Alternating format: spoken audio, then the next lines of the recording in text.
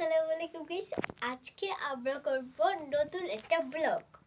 আর এই ব্লগে করব তেঁতুল ও লেবুর মাখা। আসলে তেঁতুলটা আমরা আগেই কিছু শিখেছি, তো তাই তেঁতুলটা আর ভিডিওতে দেখানো হবে না। চলো দেখি। এই যে তেঁতুলগুলা ধুছি, এখন আমরা লেবুগুলা কেটে দেবো। আমি এখন ছোট ছোট করে কাটবো, আপনারা চাইলে বড় করেও কাটতে পারেন, আবার গোল করে কাটতে পারেন।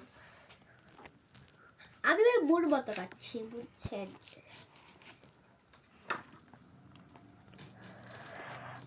আর এই মাখাটা করতে আমরা আগেও করেছি, সেটা ভিডিওতে দেখানো হয়নি, যেটা আবার নতুন করে করছি।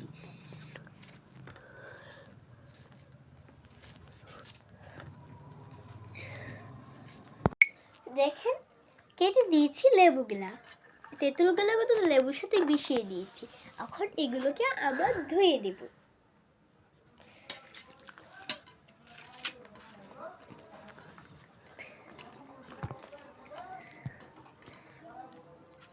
এখন এই পানিগুলো আমরা বাইরে হালিয়ে দেব। এখন দেব আধা চামচ লবণ, এখন দেব আধা চামচ মরিচের গুঁড়া,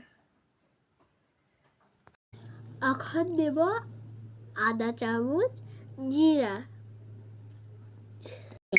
এখন দেব কাঁচামরিচ,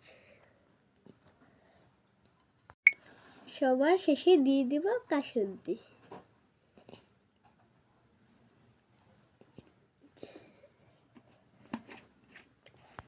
এখন এই লেবু আর তেঁতুলটাকে হাত দিয়ে ভালো করে মাখিয়ে দেব।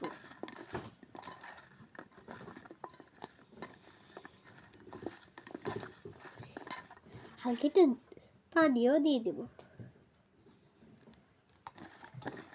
এতে লেবু আর তেঁতুলের স্বাদটা আরো ভালো হবে। দেখেন, আমাদের হয়ে গেছে তেঁতুল আর লেবুর মাখা।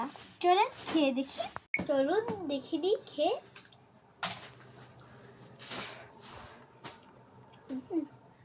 দারুণ।